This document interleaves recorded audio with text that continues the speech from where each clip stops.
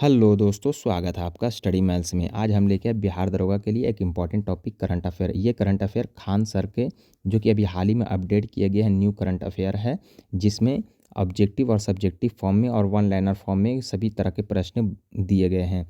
तो ये बिहार दरोगा लास्ट टाइम में रिवीजन के लिए एक मोस्ट इम्पॉर्टेंट टॉपिक होने वाला है और आप लोग इसे ज़रूर देख के जाइए। तो बिना कुछ देरी हुए अपने टॉपिक पे बात करते हैं। इससे पहले अगर वीडियो आपको अच्छा लगे तो प्लीज़ इसको लाइक कीजिए, सब्सक्राइब कीजिए और कमेंट में अपना फीडबैक ज़रूर देखिए।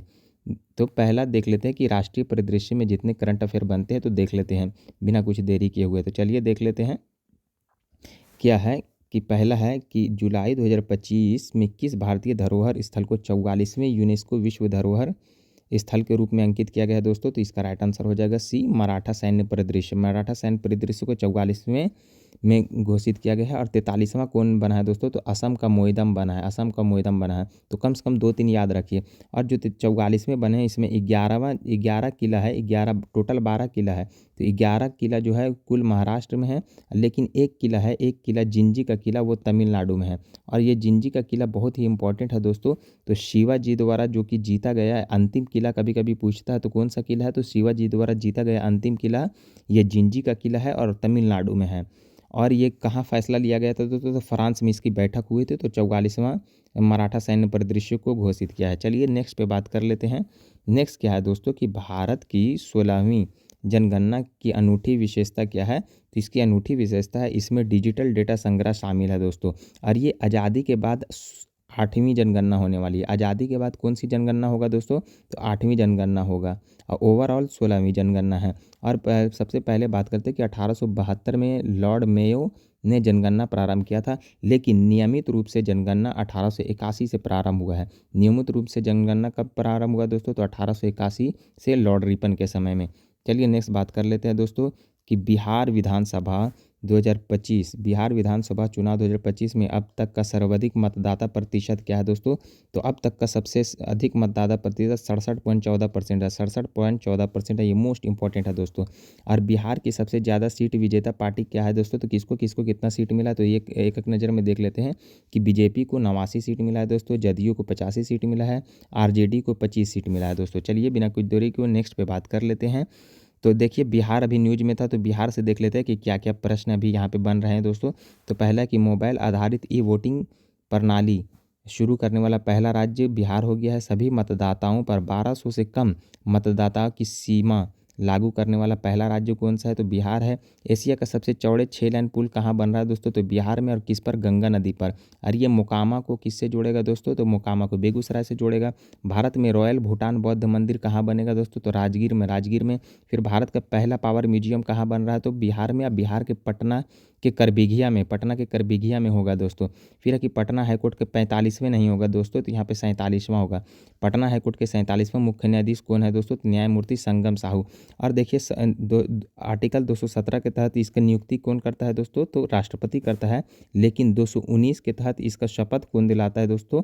तो शपथ राज्यपाल दिलाता है। नेक्स्ट पे बात कर लेते हैं दोस्तों कि हाल ही में राष्ट्रपति द्वारा किस भारतीय राज्य में राष्ट्रपति शासन लगाया गया है? तो मणिपुर में, मणिपुर में राष्ट्रपति शासन लगाया गया है। सबसे पहले राष्ट्रपति शासन कहाँ लगा था दोस्तों? तो 1951 में सबसे पहले राष्ट्रपति शासन पंजाब में लगा था, याद रखिएगा। नेक्स्ट पे बात कर लेते हैं कि नेक्स्ट है कि दोस्तों चिनाब नदी के ऊपर दुनिया का सबसे ऊंचा railway arch bridge Chenab bridge की ऊंचाई क्या है दोस्तों? तो 359 मीटर है ऊंचाई। चलिए नेक्स्ट पे बात कर लेते हैं कि जम्मू कश्मीर से देख लेते हैं कुछ फैक्ट कि चिनाब रेल ब्रिज सबसे ऊंचा रेल ब्रिज है, जिसकी ऊंचाई 359 मीटर है। इसको सही कर लीजिएगा। भारत के पहले केबल स्टे रेलवे ब्रिज अंजी खड्ड ब्रिज है। भारत के पहले केबल स्टे ब्रिज अंजी खड्ड ब्रिज है। पीएम मोदी द्वारा श्रीनगर से लेह राजमार्ग पर उद्घाटित जेड मोड़ सुरंग का उद्घाटन किया है दोस्तों। तो जेड मोड़ सुरंग कहाँ है? तो जम्मू कश्मीर में। और इसकी दूरी कितना है दोस्तों? कितना दूरी तक बन रहा है? तो 6.5 किलोमीटर। एज इट इज़ इस टाइप का प्रश्न पूछ देता है दोस्तों। बीपीएससी का अगर प्रश्न उठा के देखिएगा तो दिया हुआ है। चलिए नेक्स्ट पे बात कर लेते हैं कि भारत का पहला एस्ट्रो टूरिज्म फेस्टिवल कहाँ आयोजित किया गया है दोस्तों? तो ये लेह दे या लद्दाख दे, तो लद्दाखी के अंदर ले आता है। तो कभी कभी लद्दाख भी दिया रहता है, बहुत सा प्रश्न में देखें। तो भारत का पहला एस्ट्रो टूरिज्म फेस्टिवल कहाँ आयोजित किया गया? तो लेह लद्दाख में किया गया है। चलिए नेक्स्ट देख लेते हैं कि समुद्र पर भारत का पहला ग्लास ब्रिज कहाँ खोला गया है दोस्तों? तो तमिलनाडु में। समुद्र पर पहला भारत का ग्लास ब्रिज कहाँ खोला गया है? तो तमिलनाडु में। नेक्स्ट देख लेते हैं क्या है। तो तमिलनाडु से देखिए कि क्या क्या फैक्ट अभी बने हैं। तो भारत का पहला वर्टिकल लिफ्ट रेलवे सी ब्रिज आप देखिएगा तो रामेश्वरम तमिलनाडु में महिला स्वयं सहायता समूह को पहचान पत्र बांटने वाला पहला राज्य है दोस्तों तमिलनाडु। समुद्र पर भारत का पहला ग्लास ब्रिज कन्याकुमारी में। फिर है कि आयुसेन द्वारा मान्यता प्राप्त भारत का पहला डुगोंग संरक्षण रिजर्व, तो ये हो जाएगा तमिलनाडु में ही खोला गया है दोस्तों। फिर है कि वास्तविक समय बाढ़ पूर्वानुमान प्रणाली शुरू करने वाला पहला शहर कौन बन गया है दोस्तों, तो चेन्नई बन गया है। नेक्स्ट बात कर लेते हैं कि किस राज्य ने वन्य जीवों की सुरक्षा के लिए स्ट्रीट राजमार्ग पर भारत का पहला एलिवेटेड रेड रोड मार्किंग शुरू किया है दोस्तों। तो मतलब देख रहे हैं जैसा कि चित्र में देख रहे हैं तो मध्य प्रदेश ने किया है। रेड रोड पर लाल कलर का मार्किंग कर दिया गया कि यहाँ पर से आप गाड़ी लेके जाइए तो धीमे करके लेके जाइए, तो ये मध्य प्रदेश कर दिया है। नेक्स्ट बात कर लेते हैं। तो मध्य प्रदेश आया तो मध्य प्रदेश से देख लेते हैं इंपॉर्टेंट फैक्ट। नक्सलवाद से मुक्त घोषित किया गया अभी हाल ही में मध्य प्रदेश द्वारा। सिंहस्थ कुंभ 2028 से पहले उज्जैन में आध्यात्मिक शहर होगा दोस्तों। तो सिंहस्थ कुंभ 2028 से पहले उज्जैन में आध्यात्मिक शहर कौन होगा तो दोस्तों तो सिंहस्थ कुंभ याद रखिएगा। क्यूआर कोड के साथ देश का पहला digital house address project Indore. QR code के साथ देश का पहला digital house address project Indore. फिर इंदौर सबसे स्वच्छ शहर लगातार 8वीं बार हुआ है दोस्तों। हिंदी मेडिकल कॉलेज वाला पहला राज्य कौन बना, जबलपुर मध्य प्रदेश। फिर राष्ट्रीय राजमार्ग पर भारत का पहला एलिवेटेड रेड रोड मार्किंग हुआ है तो NH 45 पर। तो दोस्तों यहीं से 2 प्रश्न बनेगा, तो कौन सा NH पे बना है दोस्तों, तो NH 45 पे बना है। चलिए नेक्स्ट पे बात कर लेते हैं दोस्तों। प्रधानमंत्री नरेंद्र मोदी ने भारत के पहले बांस आधारित इथेनॉल संयंत्र का उद्घाटन कहाँ किया गया है दोस्तों, तो ये गोलघाट असम में किया गया है। कहाँ किया गया है, गोलघाट असम में। बांस आधारित इथेनॉल संयंत्र गोलघाट असम में किया गया है। चलिए नेक्स्ट बात कर लेते हैं कि कौन सा एयरपोर्ट भारत का पहला वाटर पॉजिटिव एयरपोर्ट बन गया है दोस्तों, तो Indira Gandhi international airport. Water positive airport कौन बना है दोस्तों, तो इंदिरा गांधी इंटरनेशनल एयरपोर्ट जो कि दिल्ली का है। तो देख लेते हैं कि दिल्ली से भी कुछ इंपॉर्टेंट फैक्ट बनते हैं। तो भारत का पहला ओपन एयर आर्ट वाल म्यूजियम मौसम भवन, भारत का पहला ओपन एयर आर्ट वाल म्यूजियम मौसम भवन कहाँ बना है, तो नई दिल्ली में बना है। भारत का पहला ई वेस्ट रिसाइकलिंग पार्क कहाँ बना है, नई दिल्ली में। कृत्रिम वर्षा का उपयोग करने वाला पहला भारतीय राज्य केंद्र शासित प्रदेश कौन बना है, तो दोस्तों दिल्ली। अब भारत का पहला water positive airport Indira Gandhi अंतर्राष्ट्रीय हवाई अड्डा बना है दोस्तों। चलिए नेक्स्ट पे बात कर लेते हैं कि किस भारतीय राज्य ने कुष्ठ रोग को सूचनीय रोग घोषित किया है, तो महाराष्ट्र ने। किस भारतीय राज्य ने कुष्ठ रोग को सूचनीय रोग घोषित किया, तो ये महाराष्ट्र ने। चलिए नेक्स्ट बात कर लेते हैं कि नेक्स्ट क्या है दोस्तों। तो देखिए महाराष्ट्र कुछ इंपॉर्टेंट फैक्ट बन रहा है। तो कुष्ठ रोग को सूचनीय रोग घोषित किया है, यह महाराष्ट्र ने किया है। पशुधन और मुर्गी पालन को कृषि का दर्जा देने वाला पहला राज्य, तो यह महाराष्ट्र हो जाएगा। फिर है कि भारत का पहला पानी के नीचे सेवा मुक्त युद्धपोत संग्रहालय INS गुलदार कहाँ खोला जा रहा है, तो महाराष्ट्र में। स्कूल में हिंदी की अनिवार्यता हटा दिया गया है। असामान्य तीसरी भाषा को रूप में नामित किया गया है। शिवाजी महाराज के मंदिर का उद्घाटन किया गया है महाराष्ट्र में दोस्तों। फिर है कि नवी मुंबई भारत का पहला पूरी तरह से डिजिटल हवाई अड्डा बना है। और नवी मुंबई का भी नाम रख कर दिया है DY पाटिल। और फिर बोल रहे हैं नवी मुंबई में जो महिला का ODI क्रिकेट का फाइनल मैच हुआ तो कहाँ हुआ दोस्तों, तो नवी मुंबई में, जिसमें भारतीय महिला ने विजय पाई दक्षिण अफ्रीका को हरा के। फिर स्कूल में शारीरिक और मानसिक सजा पर पूरी तरह से रोक लगाने वाला पहला राज्य मुंबई है दोस्तों।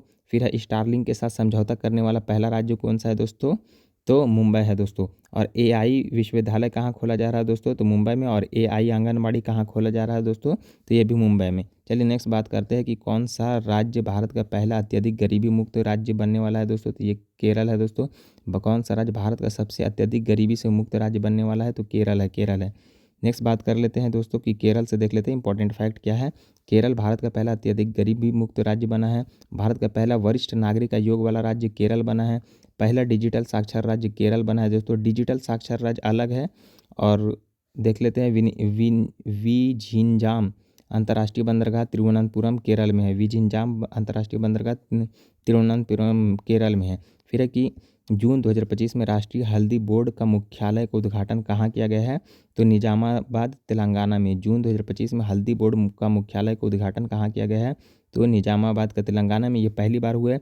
और इसके अध्यक्ष कौन बने हैं दोस्तों, तो पल्ले गंगा रेड्डी। इसके अध्यक्ष है पल्ले गंगा रेड्डी, याद रखिएगा। नेक्स्ट बात कर लेते हैं तेलंगाना है, तो देख लेते हैं तेलंगाना से क्या क्या फैक्ट है दोस्तों। तो पहला कि राष्ट्रीय हल्दी बोर्ड का मुख्यालय निजामाबाद, पहले अध्यक्ष पल्ले गंगा रेड्डी। 72वां मिस वर्ल्ड प्रतियोगिता 2025 का आयोजन कहाँ हुआ है दोस्तों, तो हैदराबाद में। और विजेता कौन रही थी, ओपल सुचाता, जो कि थाईलैंड की थी। दुनिया के पहले ऊर्जा संचरण उद्यान कहाँ है दोस्तों, दुनिया के पहले ऊर्जा संचरण उद्यान कहाँ है, तो हैदराबाद में, हैदराबाद में है। भारत के पहले ट्रांसजेंडर नेतृत्व वाले स्वास्थ्य क्लिनिक सबरंग, सबरंग कहाँ खुला है दोस्तों, तो हैदराबाद में खुला गया। भारत के पहले सेमीकंडक्टर इनोवेशन संग्रहालय हैदराबाद में खोला गया है। फिर है कि भारत की पहली फीफा टैलेंट अकादमी लड़कियों के लिए हैदराबाद में, भारत की पहली फीफा टैलेंट अकादमी लड़कियों के लिए हैदराबाद में खोला गया है। भारत का पहला पशु स्टेम सेल बायो बैंक और प्रयोगशाला कहाँ खोला गया दोस्तों, तो हैदराबाद में। चलिए नेक्स्ट पे बात कर लेते हैं दोस्तों कि फ्रांस की इस सैफरन ने लीप इंजन के लिए अपनी सबसे बड़ी ग्लोबल एमआरओ फैसिलिटी कहाँ स्टार्ट किया गया दोस्तों, तो हैदराबाद में, हैदराबाद में। फिर दसॉल्ट एविएशन ने राफेल उत्पादन के लिए टाटा के साथ समझौता किया है, कहाँ, हैदराबाद उत्पादन इकाई के साथ किया है दोस्तों। नेक्स्ट पे बात कर लेते हैं कि कौन सा भारतीय राज्य महिला कर्मचारियों को मासिक धर्म अवकाश देने वाला पहला भारतीय राज्य बन गया है दोस्तों, तो ये कर्नाटक है, कर्नाटक है दोस्तों, कर्नाटक है। कौन सा राज्य, देख लेते हैं फिर से कि कौन सा राज्य महिला कर्मचारियों को मासिक धर्म अवकाश प्रदान करने वाला पहला राज्य बना है दोस्तों, तो कर्नाटक है। चलिए नेक्स्ट पे बात कर लेते हैं कि नेक्स्ट क्या है।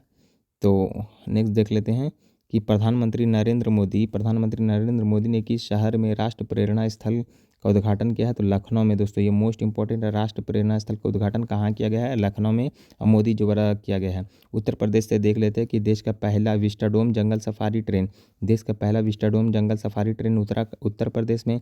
नई ब्रह्मोस मिसाइल इकाई उत्पादन लखनऊ उत्तर प्रदेश में। राष्ट्र प्रेरणा स्थल लखनऊ के उत्तर प्रदेश में। फिर है दोस्तों कि जाति आधारित रैलियों और सार्वजनिक स्थानों पर जाति सूचक नामों का प्रयोग पर प्रतिबंध लगाने वाला राज्य, ये उत्तर प्रदेश हो गया दोस्तों। और वाराणसी रेलवे पटरियों के बीच पोर्टेबल सौर पैनल लगाने वाला भारत का पहला शहर, ये उत्तर प्रदेश हो गया दोस्तों। चलिए नेक्स्ट बात कर लेते हैं दोस्तों कि अहमदाबाद 2025 में अहमदाबाद में उद्घाटन किए जाने वाले सबसे बड़े खेल परिसर का नाम क्या है दोस्तों, तो इसका राइट आंसर हो जाएगा वीर सावरकर खेल परिसर। इसका राइट आंसर हो जाएगा वीर सावरकर खेल परिसर। अहमदाबाद में उद्घाटन किए जाने वाले भारत के सबसे बड़े खेल परिसर का नाम क्या है, वीर सावरकर खेल परिसर है। चलिए नेक्स्ट देख लेते हैं दोस्तों, नेक्स्ट क्या है। नेक्स्ट देख लेते हैं कि भारत की पहली विधानसभा कौन सी बनी है जिसने सांकेतिक भाषा में कार्यवाही प्रसारण शुरू किया है दोस्तों, तो इसका राइट आंसर हो जाएगा पंजाब। भारत की पहली विधानसभा कौन बनी है जिसने सांकेतिक भाषा में कार्यवाही प्रसारण शुरू की है, पंजाब ने दोस्तों।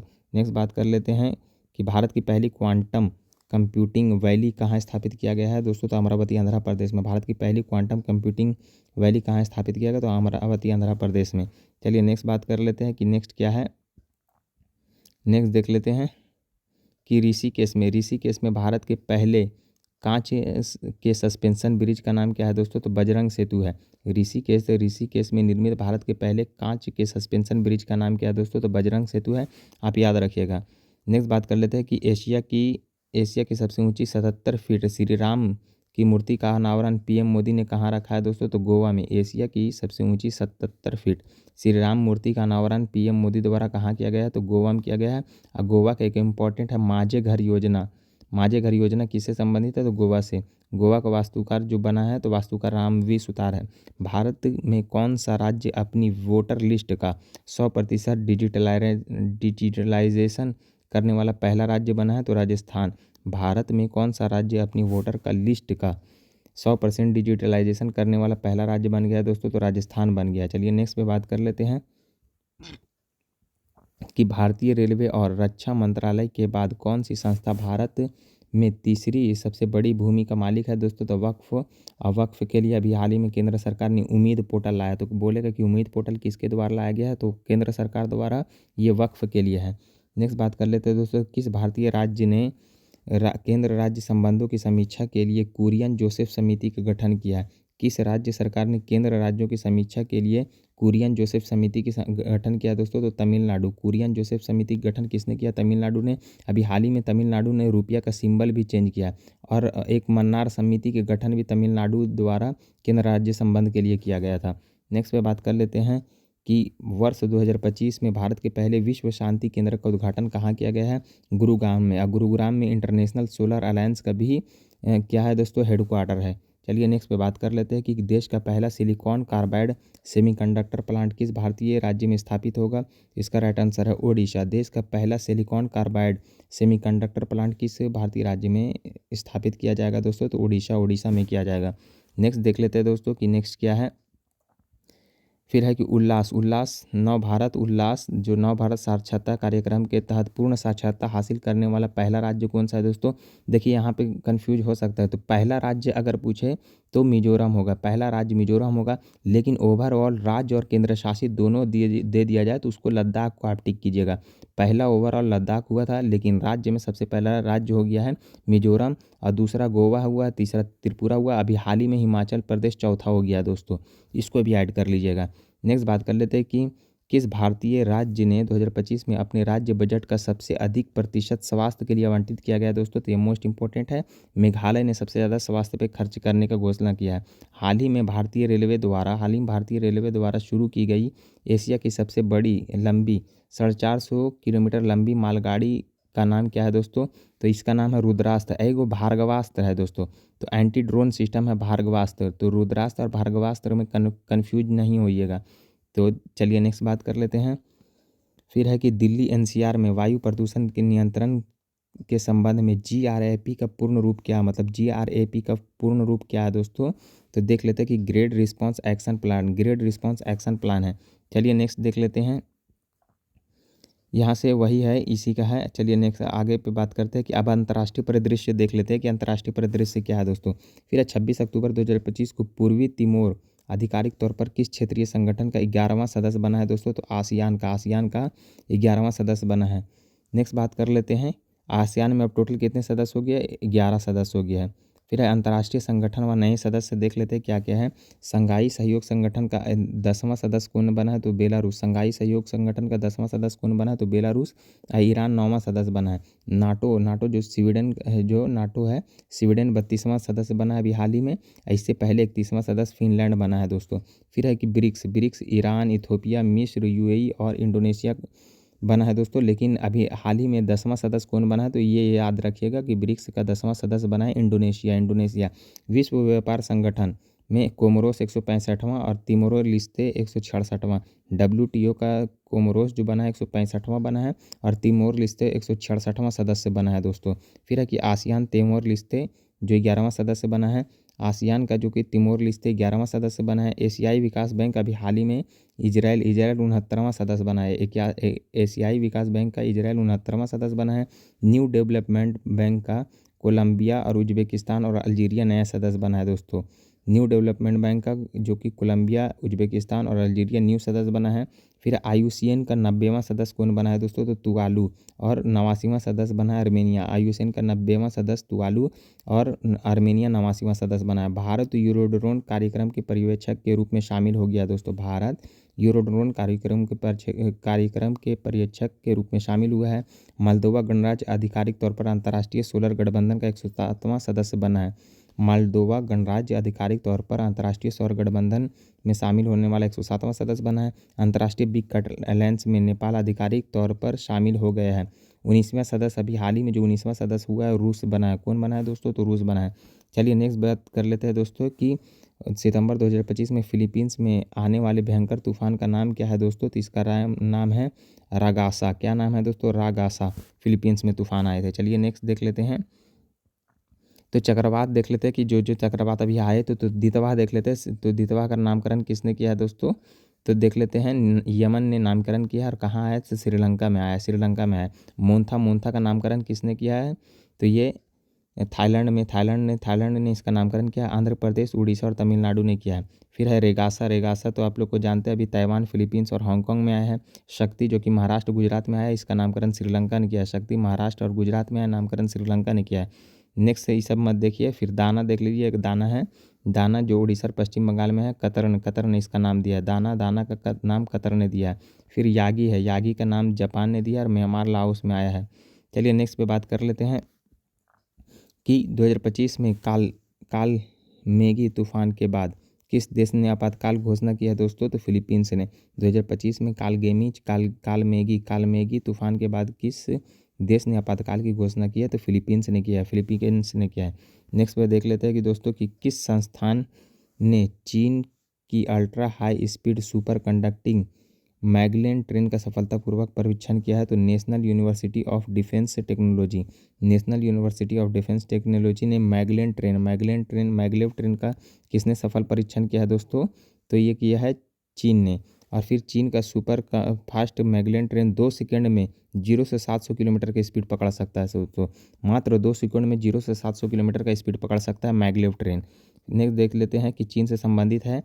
चीन मिशन क्या है? जस्टिस मिशन 2025 ताइवान के चारों तरफ ड्रिल। जस्टिस मिशन 2025 ताइवान के चारों तरफ क्या करेगा दोस्तों? ड्रिल किया है।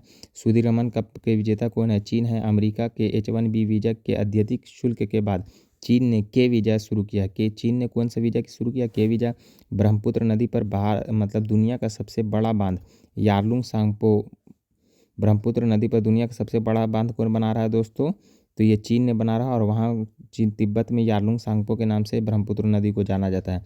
10G स्पीड वाला नेटवर्क लॉन्च करने वाला पहला देश तो चीन है। 2 सेकंड में 700 किलोमीटर पर आवर की मैगलेव ट्रेन का टेस्ट किया चीन ने किया। दुनिया का पहला मानव रोबोट मैराथन चीन ने। अब पहली बार विश्व मानव रोबोट गेम्स का आयोजन बीजिंग में हुआ है। मोस्ट इंपॉर्टेंट करंट अफेयर है दोस्तों। नेक्स्ट बात कर लेते हैं कि पहली बार मानव रोबोट गेम्स का आयोजन कहाँ किया गया? जैसा कि देखें तो बीजिंग चीन में हुआ है। पहली बार मानव रोबोट गेम का आयोजन कहाँ हुआ है? तो बीजिंग चीन में हुआ है। चलिए नेक्स्ट बात कर लेते हैं कि पेरू के राष्ट्रपति 2025 में लीमा में आपातकाल की घोषणा क्यों की है दोस्तों? क्यों की है कि गायक पॉल फ्लोर्स की हत्या के बाद विरोध प्रदर्शन के कारण कहाँ? पेरू में अभी राष्ट्रपति शासन लगा है। नेक्स्ट बात कर लेते हैं दोस्तों एशिया में कौन सा ग्लेशियर प्रतीकात्मक अंतिम संस्कार समारोह प्राप्त करने वाला पहला ग्लेशियर है दोस्तों? तो ये याला ग्लेशियर है। तो याला ग्लेशियर कहाँ है दोस्तों? नेपाल में है। और ये उम्मीद किया जा रहा है कि 2040 तक ये पूरी तरह से समाप्त हो जाएगा याला ग्लेशियर। नेक्स्ट बात कर लेते हैं कि हाल ही में किस देश की संसद ने माउंट तारानाकी को कानूनी व्यक्तित्व मानव का दर्जा दिया है दोस्तों? तो न्यूजीलैंड। फिर है कि क्या है? हाल ही में किस देश ने संसद के माउंट तारानाकी, तो कभी कभी अभी चर्चा में पूछेगा, चर्चा में रहा माउंट तारानाकी कहाँ है? तो न्यूजीलैंड में है। इसके व्यक्तित्व या मानव का दर्जा दिया है माउंट तारानाकी को। नेक्स्ट पे बात कर लेते हैं दोस्तों कुछ इंपॉर्टेंट फैक्ट देख लेते हैं कि रूस ईरान 8 परमाणु रिएक्टर बनाएगा। रूस ईरान में 8 परमाणु रिएक्टर बनाएगा। अमेरिका ने ईरान के 3 परमाणु स्थल फोर्डो, नातांज और अस्फहान पर B-2 बम्बर वर्षा पर हमला किया। फिर हंगरी अंतर्राष्ट्रीय अपराध न्यायालय से हटने वाला पहला यूरोपीय देश बन गया दोस्तों। तो हंगरी अंतर्राष्ट्रीय अपराध न्यायालय से हटने वाला पहला यूरोपीय देश कौन बन गया? तो हंगरी बन गया है। भारत की पहली बार वियतनाम में सारनाथ के पवित्र बुद्ध अवशेष प्रदर्शित किए गए हैं। दक्षिणी ईरान शहर बंदर अब्बास के पास शहीद रजाई बंदरगाह पर एक बड़ा विस्फोट हुआ, जिसके परिणाम स्वरूप कम से कम 28 लोगों की मौत हुई और 800 लोग घायल हो गए हैं। चलिए नेक्स्ट देख लेते हैं कि भारत सरकार के अनुरोध पर इंटरपोल की आर्थिक भगोड़ों को ट्रैक करने के लिए पहली बार जारी किया गया सिल्वर नोटिस। तो सिल्वर नोटिस भारत के सहयोग से इंटरपोल ने जारी किया है। बढ़ती खतरों के बीच इजरायल ने 2025 के लिए $1.4 बिलियन की राष्ट्रीय खाद्य सुरक्षा योजना शुरू की है दोस्तों। पुरातत्वविदों ने आयोनियन द्वीप समूह में खोजे गए पहले प्राचीन ग्रीक थिएटर का अनावरण किया है दोस्तों। अब भारत ने काबुल मिशन को पूर्ण दूतावास का दर्जा दिया है। चलिए नेक्स्ट पे बात कर लेते हैं कि क्या है कि संयुक्त राज्य अमेरिका के वर्तमान राष्ट्रपति कौन है जिन्होंने अंग्रेजी को आधिकारिक भाषा घोषित किया है दोस्तों? तो ये तो आपको पता है कि डोनाल्ड ट्रंप है अभी वर्तमान राष्ट्रपति। चलिए नेक्स्ट देख लेते हैं कि डोनाल्ड ट्रंप सजा पाने वाले पहले अमेरिकी राष्ट्रपति बने। और डोनाल्ड ट्रंप अमेरिका को विश्व स्वास्थ्य संगठन से बाहर निकालने का आदेश दिया है।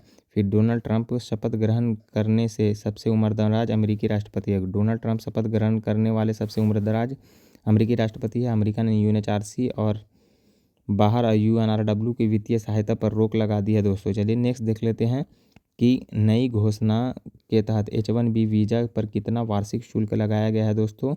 तो इसका हो जाएगा $1 लाख दोस्तों। कितना? तो $1 लाख लगाया गया है। चलिए नेक्स्ट बात कर लेते हैं नेक्स्ट देख लेते हैं कि हाल ही में किस देश में सफ़ेद हाइड्रोजन का बहुत बड़ा भंडार मिला है दोस्तों, तो फ्रांस में। हाल ही में सफ़ेद हाइड्रोजन का बड़ा भंडार कहाँ मिला है, तो फ्रांस में मिला है। फिर है कि दक्षिणी गोलार्ध में सबसे बड़ा हिंदू मंदिर हाल ही में कहाँ उद्घाटित किया गया है दोस्तों, तो ये पढ़ा है कि जोहान्सबर्ग दक्षिण अफ्रीका में। दक्षिण गोलार्ध में सबसे बड़ा हिंदू मंदिर कहाँ उद्घाटित किया गया है, तो जोहान्सबर्ग दक्षिण अफ्रीका में किया गया है। चलिए दक्षिण अफ्रीका से कुछ इंपॉर्टेंट फैक्ट देख लेती है, ये वही फैक्ट है दोस्तों। तो देख लेते हैं बी में कि विश्व का सबसे बड़ा मंदिर अंकोरवाट मंदिर है जो कि कंबोडिया में है। भारत का सबसे बड़ा मंदिर रंगनाथ स्वामी मंदिर है। भारत का सबसे बड़ा मंदिर रंगनाथ स्वामी मंदिर है, तमिलनाडु के तिरुवरंगम में स्थित है। चलिए नेक्स्ट देख लेते हैं कि हिंडरबर्ग रिसर्च ने अपने बंद होने की घोषणा की है। इसकी स्थापना किसने की है दोस्तों, तो इसका स्थापना किया है नेट एंडरसन ने। किसने किया है, तो नेट एंडरसन ने इसकी स्थापना किया है। चलिए नेक्स्ट देख लेते हैं कि नेक्स्ट क्या है। नेक्स्ट है कि संयुक्त राज्य अमेरिका ने नवगठित अमेरिकी पार्टी का संस्थापक कौन है दोस्तों, तो अमेरिका पार्टी का स्थापना कौन किया है, तो एलन मस्क ने किया है। और अभी सबसे अमीर आदमी है, 750 बिलियन डॉलर के मालिक हो गया है दोस्तों। फिर है जलवायु 2025 में श्रीलंका में अशोक स्तंभ की प्रतिकृति का अनावरण कहाँ हुआ है दोस्तों, तो यह हुआ है वास्काडुगा में। कहाँ हुआ, वास्काडुगा में हुआ है। अशोक स्तंभ की प्रतिकृति कहाँ उद्घाटन हुआ, तो श्रीलंका के वास्काडुगा में। नेक्स्ट बात कर लेते हैं कि किस देश ने साहसिक पर्यटन को बढ़ावा देने के लिए 97 चोटियों पर मुफ्त चढ़ाई की घोषणा की है, तो ये नेपाल ने किया है दोस्तों। और सब विश्व की सबसे ऊंची चोटी कहाँ है दोस्तों, तो नेपाल, माउंट एवरेस्ट नेपाल में है। नेक्स्ट बात करते हैं कि किस फ्रांसीसी राष्ट्रपति ने को लीबिया से चुनावी धन प्राप्त करने के लिए 5 साल की जेल की सजा हुई है दोस्तों, तो निकोलस सार्कोजी को। कहाँ किसको, निकोलस सार्कोजी को। ये फ्रांस के पूर्व राष्ट्रपति है दोस्तों। चलिए नेक्स्ट पे बात कर लेते हैं कि कौन सा देश सोमालीलैंड को एक स्वतंत्र राष्ट्र के रूप में औपचारिक रूप से मान्यता देने वाला पहला देश बन गया है दोस्तों, तो ये इजराइल बन गया है। कौन सा देश सोमालीलैंड को एक स्वतंत्र राष्ट्र के रूप में औपचारिक रूप से मान्यता देने वाला पहला राष्ट्र इजराइल बन गया है दोस्तों। नेक्स्ट देख लेते हैं कि ऑस्ट्रेलिया का वह प्रधानमंत्री कौन है जिन्होंने फिलिस्तीन को मान्यता देने की घोषणा की है, तो डायरेक्ट पूछ रहा कि ऑस्ट्रेलिया का राष्ट्रपति कौन है दोस्तों, प्रधानमंत्री कौन है, तो एंथनी अल्बनीज है। नेक्स्ट पे बात कर लेते हैं कि नेक्स्ट क्या है कि अफ़गानिस्तान में तालिबान सरकार को आधिकारिक रूप से मान्यता देने वाला पहला देश कौन है दोस्तों, तो रूस हो जाएगा। अफ़गानिस्तान में तालिबान सरकार को आधिकारिक रूप से मान्यता देने वाला पहला देश तो रूस हो जाएगा। चलिए नेक्स्ट बात कर लेते हैं कि किस अमेरिकी राज्य ने आधिकारिक तौर पर दीपावली को राजकीय अवकाश घोषित किया है दोस्तों, तो ये कैलिफोर्निया ने किया है। किसने किया, कैलिफोर्निया ने किया है। इससे पहले 2 स्टेट भी घोषित कर चुका है। नेक्स्ट पे बात कर लेते हैं कि मध्य एशिया में अब्राहम समझौते में शामिल होने वाला पहला देश कौन है दोस्तों, तो कजाकिस्तान है। मध्य एशिया में अब्राहम समझौते में शामिल होने वाला पहला देश कौन है, तो कजाकिस्तान है। नेक्स्ट देख लेते हैं दोस्तों कि पूर्व प्रधानमंत्री शेख हसीना को न्यायाधिकरण ने किन आरोपों में मौत की सज़ा सुनवाई है, तो मानवता के विरुद्ध अपराध। तो पूर्व प्रधानमंत्री शेख हसीना को न्यायाधिकरण ने किन आरोपों में मौत की सज़ा सुनाई है दोस्तों, तो मानवता के विरुद्ध अपराध के लिए क्या किया है, मौत की सज़ा सुनाई है।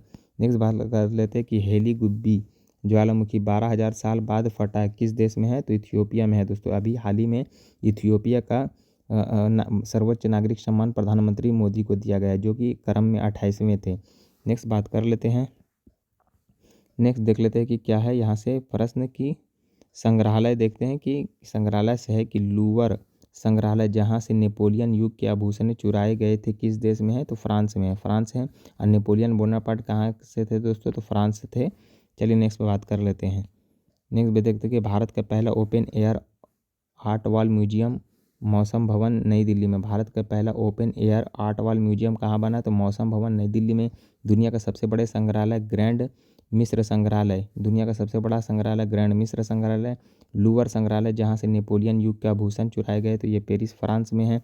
दुनिया का पहला चोरी की गई संस्कृति की वस्तुओं का आभासी संग्रहालय यूनेस्को द्वारा बनाया गया है दोस्तों। दुनिया का पहला चोरी की गई सांस्कृतिक वस्तुओं का आभासी संग्रहालय यूनेस्को द्वारा। फिर भारत का पहला पानी के नीचे सेवा मुक्त युद्धबोध संग्रहालय, तो आईएनएस गुलदार कहाँ बना है, तो महाराष्ट्र में। चलिए और देख लेते हैं कि भारत का पहला पावर म्यूजियम बिहार के कहाँ है दोस्तों, करभिघिया में। फिर है भारत के पहले आदिवासी स्वतंत्रता सेनानियों की डिजिटल संग्रहालय, तो नवा रायपुर में। भारत के पहले आदिवासी स्वतंत्रता सेनानियों के डिजिटल संग्रहालय नवा रायपुर में हो गया है। फिर है कि भारत के पहले सेमीकंडक्टर इनोवेशन संग्रहालय हैदराबाद में, सेमीकंडक्टर इनोवेशन संग्रहालय हैदराबाद में। फिर है कि कौन सा सेवा मुक्त युद्धपोत भारत का पहला पानी के नीचे संग्रहालय बनने के लिए तैयार है दोस्तों, तो INS गुलदार महाराष्ट्र में। नेक्स्ट बात कर लेते हैं दोस्तों कि दुनिया का सबसे ऊंचा चर्च चर्च सग्रादा फैमिलिया किस देश में है दोस्तों, तो स्पेन में है। दुनिया का सबसे ऊंचा चर्च सग्रादा फैमिलिया किस देश में है दोस्तों, तो स्पेन में है, स्पेन में। नेक्स्ट देख लेते हैं कि नेक्स्ट क्या है, तो अब देख लेते हैं कि प्रतिबंध क्या है, कि किस देश ने दुनिया की पहली बार तंबाकू पर प्रतिबंध लगा दिया दोस्तों, तो ऑस्ट्रेलिया। और अब मालदीव ने भी तंबाकू पे प्रतिबंध लगाया दोस्तों। तो 16 वर्ष से कम उम्र लोगों के लिए सोशल मीडिया पर प्रतिबंध लगाने वाला पहला देश कौन है दोस्तों, तो ऑस्ट्रेलिया है। किस देश ने दुनिया पर पहली बार तंबाकू पर प्रतिबंध लगाया, तो ये ऑस्ट्रेलिया है। और 16 वर्ष से कम लोगों पर क्या है, सोशल मीडिया पर प्रतिबंध लगाने वाला ऑस्ट्रेलिया देश हो गया। अगस्त 2025 को राष्ट्रपति मुर्मू ने ऑनलाइन गेमिंग विधेयक 2025 को मंजूरी दी है, जो ऑनलाइन पैसे वाले खेलों पर प्रतिबंध लगाता है। शतरंज के खेल में प्रतिबंध लागू करने वाला देश अफगानिस्तान है। शतरंज के खेल को प्रतिबंध करने वाला देश कौन है दोस्तों, तो ये अफगानिस्तान है। दुनिया की पहली बार पीढ़ीगत तंबाकू प्रतिरोध पर प्रतिबंध करने वाला तो मालदीव है। तो पीढ़ीगत पर प्रतिबंध कौन लगा रहा है दोस्तों, तो मालदीव का लगा रहा है। हिंदूफोबिया के खिलाफ प्रस्ताव स्कॉटलैंड देश में, हिंदूफोबिया के खिलाफ प्रस्ताव पेश किया गया तो स्कॉटलैंड देश में। चलिए नेक्स्ट बात कर लेते हैं, नेक्स्ट क्या है दोस्तों, तो पुस्तक का अब लेखक देख लेते हैं कि आत्मकथा I am Giorgia my roots my principle, तो किसने कहाँ की है दोस्तों, तो ये किस देश की नेता है, तो ये हो जाएगा इटली के नेता। पुस्तक है आई एम जॉर्जिया, तो किसने लिखा है, आई एम जॉर्जिया, जॉर्जिया मिलानी ने लिखी है। माई रूट्स माई प्रिंसिपल किस देश के नेता है दोस्तों, तो इटली की नेता है। चलिए नेक्स्ट बात कर लेते हैं कि आत्मकथा दिया सलाई की प्रसिद्ध व्यक्ति द्वारा लिखी गई है, तो ये लिखा गया कैलाश सत्यार्थी। अब कैलाश सत्यार्थी को 2014 में क्या मिला है, तो दोस्तों नोबेल का पीस प्राइज़ मिला है, साथ में मलाला यूसुफजई को मिला था साथ में। नेक्स्ट बात कर लेते हैं दोस्तों, कुछ बुक है कि द ब्रह्मास्त्र अनशील्ड हो गया T Shivanand, the Brahmastra unshield T Shivanand, ready relevant and resurgent Anil Chauhan ने लिखा है। Above and beyond Shiv Kumar Mohanka ने लिखा है। After me chaos MJ Akbar ने लिखा है। महात्मा गांधी और पर्यावरण TN खोसू ने लिखा है। फिर है कि सितंबर 2025 में प्रकाशित होने वाली अरुंधति राय की संस्मरण पुस्तक शीर्षक क्या है दोस्तों, तो mother Mary comes to me, तो mother Mary comes to me किसने लिखा है, तो अरुंधति राय ने लिखा है।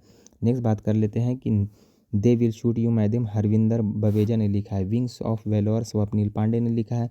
Living the Vivekananda way Anna ई अवस्थी और निखिल यादव ने लिखा है। लिविंग द विवेकानंद वे अन्नाई अवस्थी और निखिल यादव ने लिखा है। Different but no less Anupam Kher. फिर है कि mother Mary comes to me Arundhati Roy द्वारा लिखा गया है।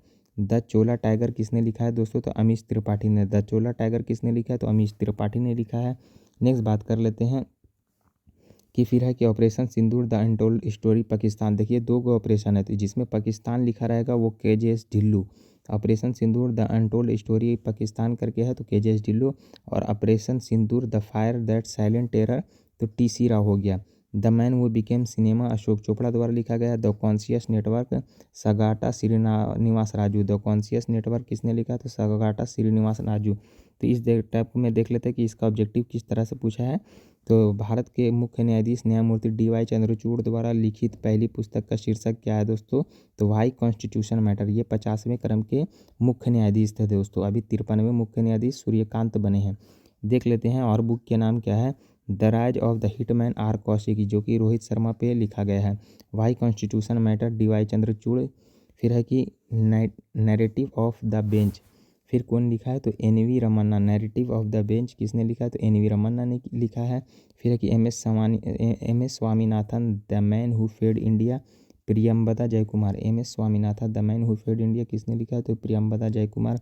Breaking the glass ceiling Shakti Gurung लिखा है। Breaking the glass ceiling Shakti Gurung लिखा है। द इमरजेंसी डायरीज किसने विमोचन किया, तो अमित शाह ने विमोचन किया है। चलिए देख लेते हैं। फिर है कि Dhawan cricket my life and मोर किसकी पुस्तक है दोस्तों, तो शिखर धवन। तो धवन देखिए एक ही तरह का टोन दे रहा, तो आप ऐसे ही करके याद रख लीजिएगा। नेक्स्ट देखते हैं कि कुछ और बुक है दोस्तों। 10 पैसे का post card captain Ehsan Ahmed. 10 पैसे का post card captain Ehsan Ahmed. A billion butterfly Jagdish Shukla ने लिखा है। Dhawan cricket my life and more ये शिखर धवन ने लिखा है। The diary of a cricketer life Puja Pujara, जो कि पुजारा की वाइफ है। फिर है जनता की कहानी, मेरी आत्मा कथा, बंडारू दत्तात्रेय, ये हरियाणा के रुस्तम ये थे। Ramanujan, journey of a great mathematician, Arun Singhal और देवेंद्र शर्मा ने लिखा है।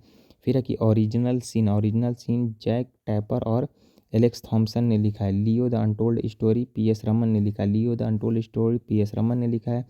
टू द सेवेंथ जनरेशन, फिर है V I. Mathan, to the seven generation V I. Mathan. March of glory किसने लिखा है? तो के अरुमुगम और एरोल डी कूज। फिर है कि the new icon, Savarkar and the fact, Arun Shourie ने लिखा है। फिर है कि the world after Gaza, Pankaj Mishra ने लिखा है। Jammu Kashmir and Ladakh through the ages, Raghuvendra Tanwar ने लिखा है।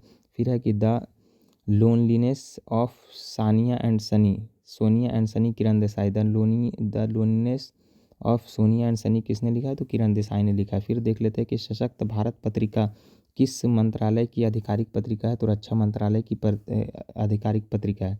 नेक्स्ट देख लेते हैं कि दोस्तों के हाल ही में यूनेस्को की विश्व स्मृति रजिस्टर में भारत के कौन से 2 प्राचीन ग्रंथ को शामिल किया गया? दोस्तों नाट्यशास्त्र और श्रीमद् भगवत गीता को शामिल किया गया है। नेक्स्ट देख लेते हैं दोस्तों।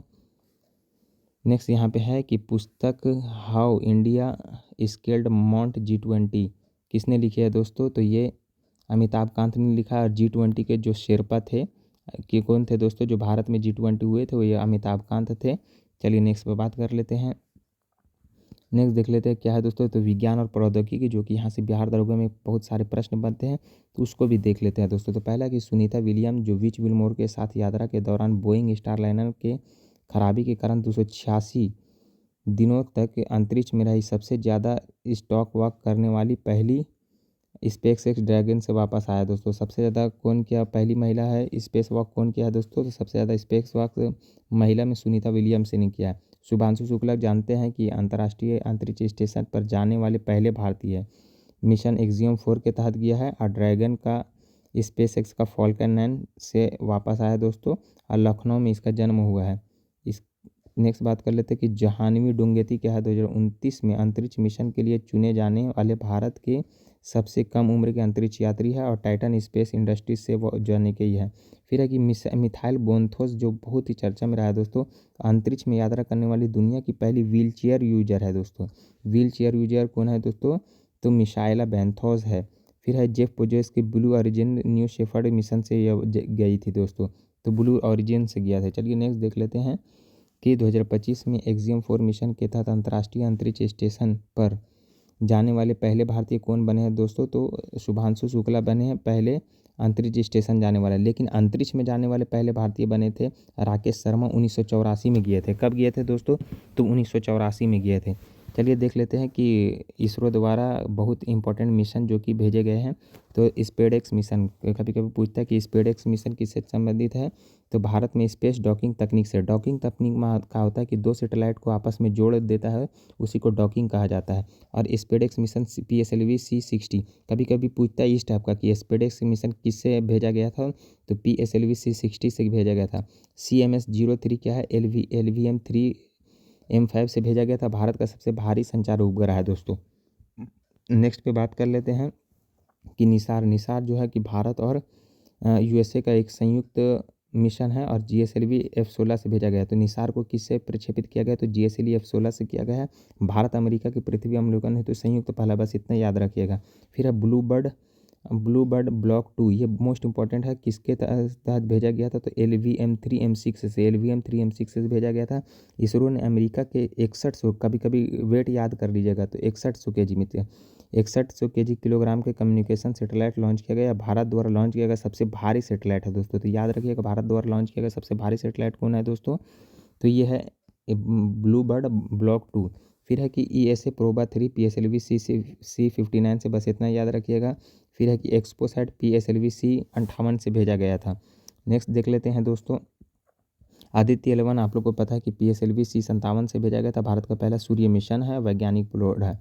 चलिए नेक्स्ट देख लेते हैं कि इसरो का ब्लू बर्ड ब्लॉक 2 सैटेलाइट को लॉन्च करने के लिए किस लॉन्च व्हीकल का इस्तेमाल किया गया है दोस्तों? तो LVM-3M6 तो इस तरह का एक क्वेश्चन पूछता है। तो LVM-3 M6 से और M5 से किसको भेजा गया था? तो CMS-03 को भेजा गया था। तो कन्फ्यूज नहीं होना है दोस्तों, कम से कम इसको याद करके जाइएगा, ये मोस्ट इंपॉर्टेंट क्वेश्चन है। फिर बोल रहा है कि इसरो और नासा के बीच संयुक्त पृथ्वी अवलोकन मिशन का नाम क्या है दोस्तों? तो निसार है और 30 जून को इसको प्रक्षेपित किया गया था। चलिए देख लेते हैं इसरो का आगामी लक्ष्य है चंद्रयान-4। चंद्रयान-4 कब लॉन्च किया जाएगा दोस्तों? 2028 तक। और चंद्रमा से सैंपल लेकर पृथ्वी पहुंचना है। लूपेक्स मिशन, तो पूछेगा लूपेक्स किसका संयुक्त मिशन है? तो जाक्सा और इसरो, जापान का जाक्सा और इसरो का संयुक्त मिशन है और 2028 में इसको भी भेजने का लक्ष्य है। गगनयान 2027 में भेजने का लक्ष्य है। शुक्रयान 1 2028 में इसको भेजने का लक्ष्य है, जो कि शुक्र वायुमंडल का अध्ययन करेगा। मंगलयान 2 को 2030 में भेजने का लक्ष्य है। और मंगलयान 1 कब भेजा गया था दोस्तों? तो मॉम मिशन 2013 में, और इसको दूसरा भेजने का लक्ष्य है 2030 में। इसरो का मिशन है 2040 में, क्या है दोस्तों? तो चंद्रमा पर अंतरिक्ष यात्री को उतारने का जो लक्ष्य है कब है दोस्तों? तो 2040 में। अब पहला जो अंतरिक्ष पे यात्री उतरी थे 1969 में, कौन उतरा था? तो नील आर्मस्ट्रांग उतरा था। इसरो का मिशन जो है 2035 में, भारतीय अंतरिक्ष स्टेशन बनाने का जो अंतरिक्ष मिशन है 2035 तक है दोस्तों। फिर है कि समुद्रयान मिशन है 2027 तक। भारत की स्वदेशी मानव पनडुब्बी युक्त पृथ्वी विज्ञान मंत्रालय, तो समुद्रयान मिशन कब कभी देता है? तो ये याद रखिएगा, पृथ्वी विज्ञान मंत्रालय का एक पहल है। चलिए नेक्स्ट बात कर लेते हैं कि इसरो का अगला बड़ा चंद्र मिशन चंद्रयान-4 आधिकारिक तौर पर किस वर्ष लॉन्च किया जाएगा दोस्तों? तो 2028 तक। तो यहाँ पे 2028 और 2040 में कन्फ्यूज नहीं हो। 2040 में है कि अंतरिक्ष पर मानव को उतारने का लक्ष्य है, और चंद्रयान-4 जो कि 28 में है। स्टारलिंक से प्रतिस्पर्धा करने के लिए किस कंपनी ने क्यूपर इंटरनेट उपग्रह का अपना पहला सेट लॉन्च किया दोस्तों? तो मोस्ट इंपॉर्टेंट अमेजन। तो पूछेगा कि क्यूपर इंटरनेट उपग्रह को किसने लॉन्च किया? तो क्यूपर को अमेजॉन ने लॉन्च किया, बस इतना याद रखिएगा। चलिए नेक्स्ट बात कर लेते हैं कि किस संगठन ने NS-31 मिशन पहली महिला अंतरिक्ष उड़ान भरी है दोस्तों? तो ब्लू ओरिजिन ने। किस संगठन ने NS-31 मिशन पहली महिला अंतरिक्ष उड़ान भरी है दोस्तों? तो ब्लू ओरिजिन से उड़ान भरी है। ब्लू ओरिजिन किसका कंपनी है दोस्तों? तो आप कमेंट करके बताइए कि पंच मिशन को कौन सी अंतरिक्ष एजेंसी लॉन्च किया है दोस्तों? तो नासा ने। तो याद रखिएगा, पंच अंतरिक्ष मिशन को कौन सा अंतरिक्ष एजेंसी लॉन्च किया? तो पंच मिशन को और नासा ने। नासा का स्थापना 1958 में किया गया है दोस्तों। चलिए नेक्स्ट पे बात कर लेते हैं। नेक्स्ट देखते हैं कि चीन द्वारा प्रक्षेपित पाकिस्तान के पहले स्वदेशी इलेक्ट्रो ऑप्टिकल उपग्रह का नाम क्या है दोस्तों? तो इसका राइट आंसर हो जाएगा PRSC-E01, PRSC अर्थ ऑब्जर्वेशन 1। तो चीन द्वारा प्रक्षेपित किया गया पाकिस्तान का पहला अर्थ ऑब्जर्वेशन सैटेलाइट है दोस्तों। भारत ने डियागो गार्सिया के पास एक उपग्रह ट्रैकिंग और संचार केंद्र स्थापित करने के लिए किस देश के साथ समझौता किया है दोस्तों? तो ये हो जाएगा मॉरिशस के साथ। ये मोस्ट इंपॉर्टेंट और VVI लगा दिए। भारत ने डियागो गार्सिया के पास एक उपग्रह ट्रैकिंग और संचार केंद्र स्थापित करने के लिए किस देश के साथ समझौता किया? तो ये मॉरिशस के साथ किया है। अभी हाल ही में मॉरिशस के कुछ द्वीप जो कि लंदन द्वारा इसको वापस सौंपने का फैसला किया है दोस्तों। फिर है कि भारत के पहले निजी क्षेत्र के नेविगेशन इनोवेशन सेंटर एसिन का उद्घाटन किस शहर में किया गया है दोस्तों? तिरुवनंतपुरम में। भारत के पहले निजी क्षेत्र के नेविगेशन इनोवेशन सेंटर एसिन का उद्घाटन कहाँ किया गया है दोस्तों? तो किस शहर में किया गया है? तिरुवनंतपुरम केरल में किया गया है। चलिए नेक्स्ट पे बात कर लेते हैं दोस्तों कि इसरो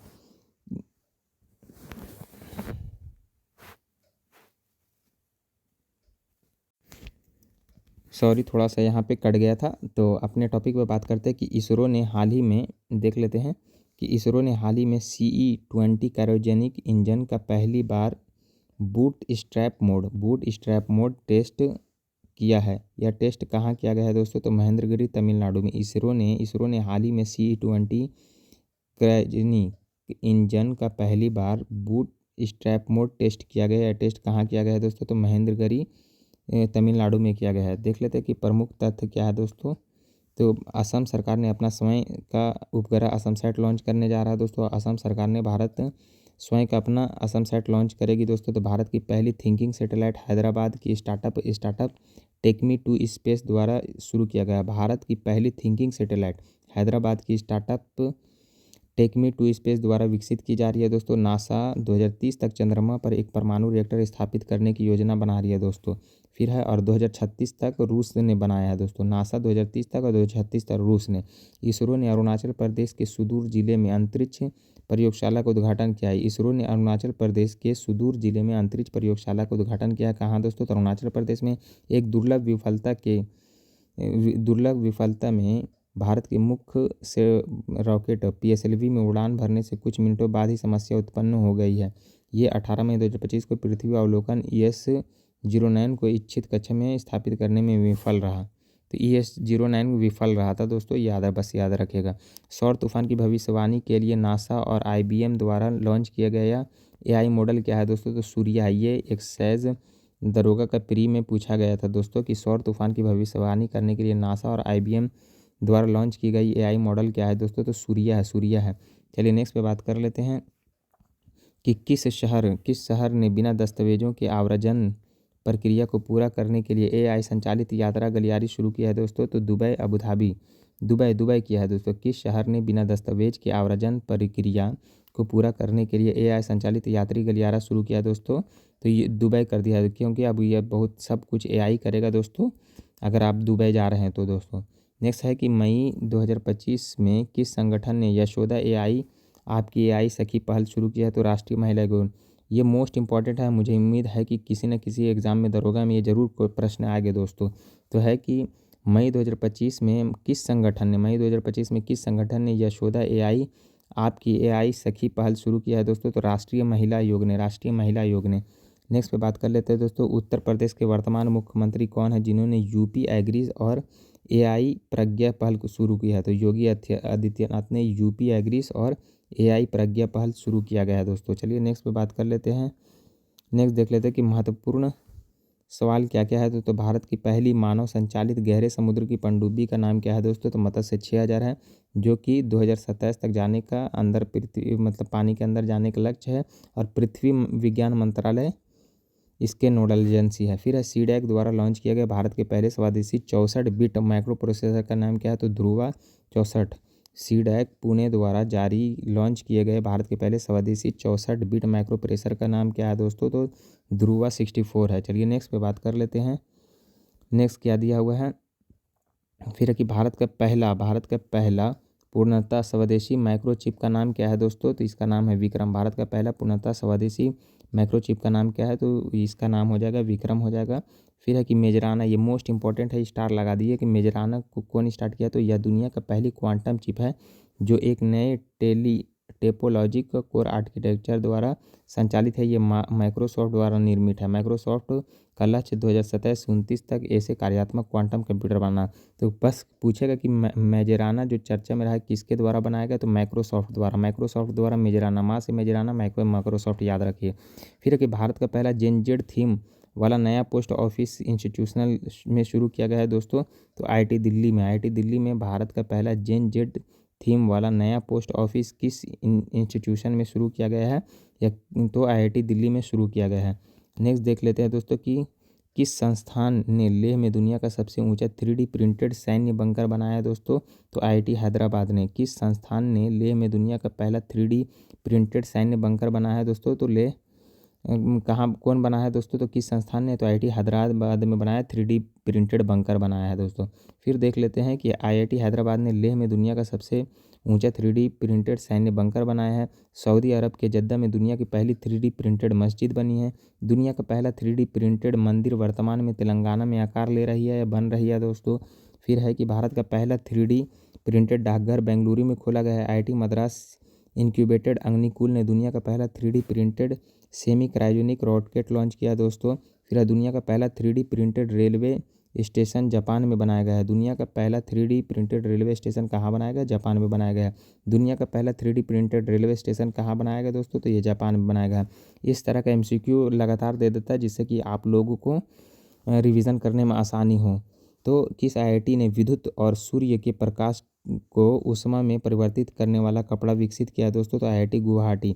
किस IIT ने विद्युत और सूर्य के प्रकाश को ऊष्मा में परिवर्तित करने वाला कपड़ा विकसित किया? तो IIT गुवाहाटी ने किया है। चलिए नेक्स्ट पे बात कर लेते हैं दोस्तों कि IIT गुवाहाटी साइनाइड और अन्य रसायनों के लिए फ्लोरोसेंट सेंसर भी जारी किया है।